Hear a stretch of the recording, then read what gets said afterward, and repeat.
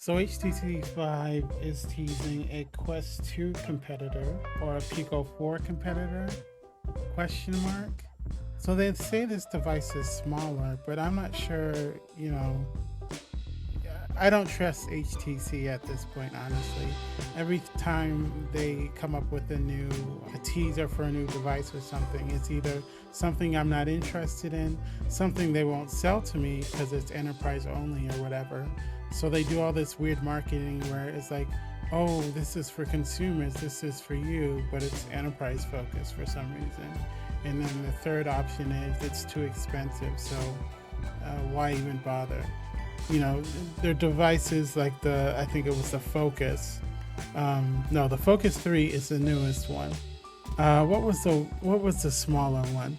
The smaller one where you needed an Android phone basically, and they didn't have iPhone support at launch. Their devices always seem to be missing one little thing, So yeah, it's HTC Vive teasing a Quest 2 or Pico 4 competitor. No, I don't think HTC can come out with a $400 device at this point. It's just not in the cards as far as I can tell. So this will be the first Meta Connect since last year when Facebook rebranded into Meta and they laid out their metaverse plans. Of course, those plans kind of went out the window since we're in the middle of a recession. They're laying off employees, whereas before they were hiring 10,000 for their reality labs, basically their virtual reality and augmented reality setup. So yeah, it's just kind of interesting that a year later and there's not much to show for it. I mean, they showed Project Cambria last year at Connect, and we assume that they're going to launch it this year. But yeah, it's just like, okay, is that it? We've seen some hardware previews, some of their lab stuff basically. Just these big bulky devices with testing different features, high contrast displays and various display optics and stuff like that. So it's really interesting stuff, but yeah, they're kind of pumping the brakes on that a little bit. They're not able to move as fast as they would have liked to.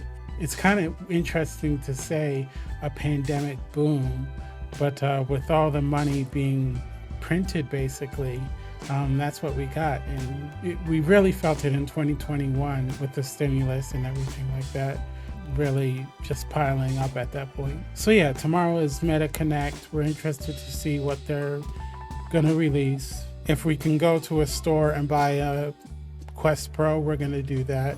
Otherwise, we'll order it online and see how long it takes to get here. Oscar Isaac is confident we'll see more Moon Knight, which, I mean, I hope so. Even if it's not in his own show. They kind of left us on a cliffhanger with the Mark Spector, the Jake Lockley thing at the end there, where he kills Arthur Harrow. So yeah, it'll be interesting to see what comes out of that. Oh yeah, so YouTube is going to start supporting this at username format.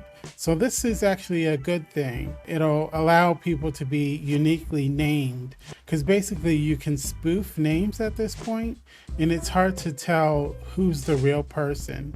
Obviously they have the whole kind of like checkmark thing for verified users, but that doesn't help with smaller channels who are yet to be verified. The whole verification process is kind of weird. They should have verified, which puts a person to an account or a collection of accounts. And then they should have some other level, and this goes for Twitter as well, some other level where you're verified with like a blue check mark and then you're famous with a green check mark or something like that, It seems like it's arbitrary who becomes verified or not. And then people who should be verified because people are trying to scam people and do other things like that, they can't get verified, and then it's just a whole mess. And you get bots, coming into the comments of YouTube videos or replies to Twitter threads, and it's just, yeah, it's just a mess. So this YouTube to support at username, I think that's a good idea. We watched the video on it. Part of it is if you already have a channel name, which you can get once you have 100 subscribers, they're going to try their best to make that be your @. Other than that, I think they're going to roll it out, and then once you get the invitation, yeah, you have the opportunity to reserve your name. But since these are global across the platform, yeah, it's first come, first serve. So, you know, there's going to be that whole race. But yeah, it's a good idea to do this to help. It doesn't necessarily cut down on spam, but the people who are spamming or trying to scam people, you know, contact me on WhatsApp and stuff like that, pretending to be the channel creator, the content creator of the channel. It'll be a little bit easier to discern whether or not they're legit or not. So yeah, a good step in the right direction. So Twitter has allowed you to post mixed media posts. So basically you can have videos with GIFs, with images. Before, if you had an image post, all you could post was image. Or if you had a GIF post, all you could post was a GIF. Or if you had a video, all you could post was a video. Now you can post a video, a GIF, and an image all in the same post, which is kind of cool. But this Gizmodo article is talking about how the Pope Francis, where he's holding up, I think the actual image has him holding up one of the "This is my body," the whole communion thing. I think that's what he's doing. I'm not 100% sure what that meme is, what he's holding, but I mean, you take 3 pictures, the right 2 and the bottom left 1, and then in the top left you put in whatever you want. So we saw some people put in She-Hulk twerking, or you put anything that you really want to exalt or promote in the upper left hand corner. It's a funny meme format, but now that you can put videos and GIFs in there, yeah, we're seeing a resurgence of this meme that I think I want to say a couple years ago it first came around, but yeah, now it's making the rounds again. Overwatch 2 is buggier than Blizzard is admitting. So yeah, that's gonna happen when you have 40,000 people, you know, trying to get in at once on top of a denial service attack. You're gonna have issues even getting into the game. But then once all these people who are queuing up to play this new free-to-play game, you get a whole bunch of eyes on it, and you discover a whole bunch of new bugs that need to be fixed. And I think Blizzard is pretty aware of what they're trying, what needs to be done here.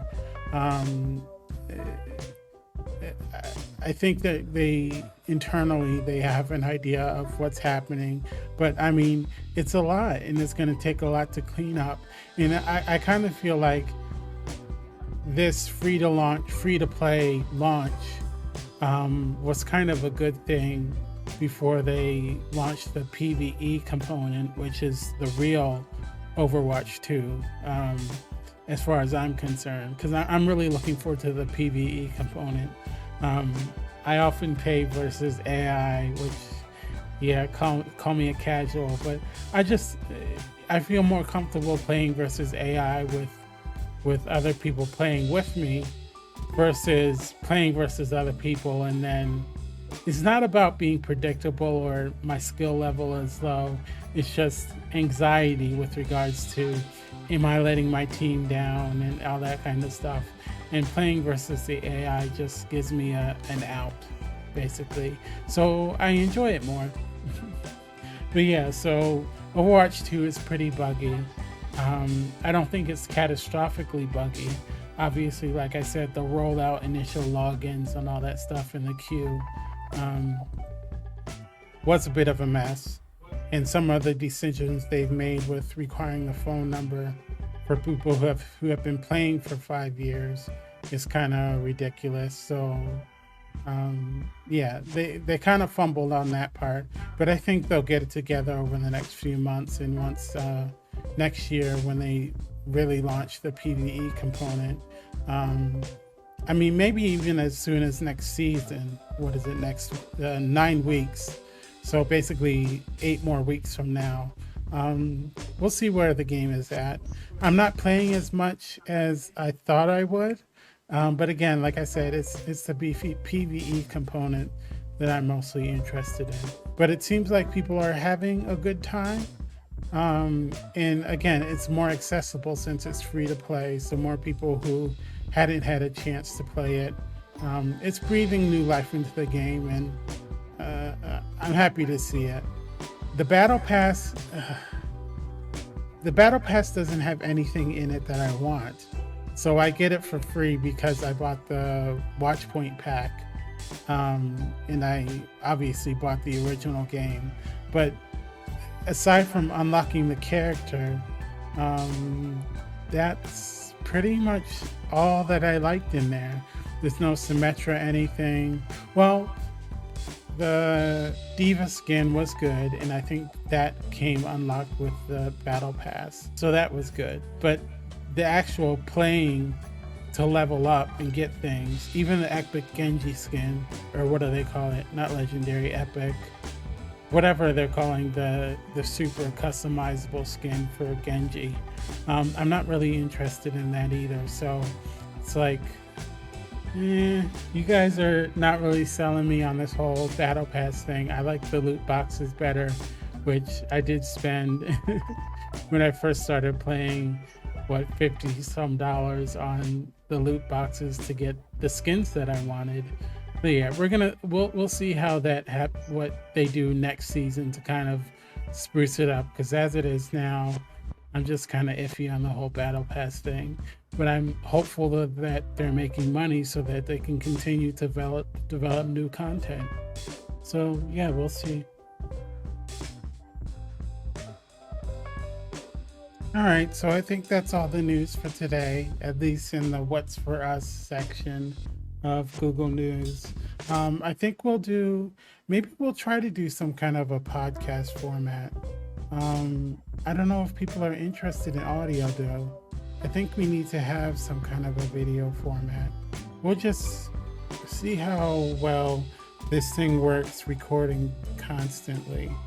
And yeah, so that's all we got for y'all today. And as we say, take care.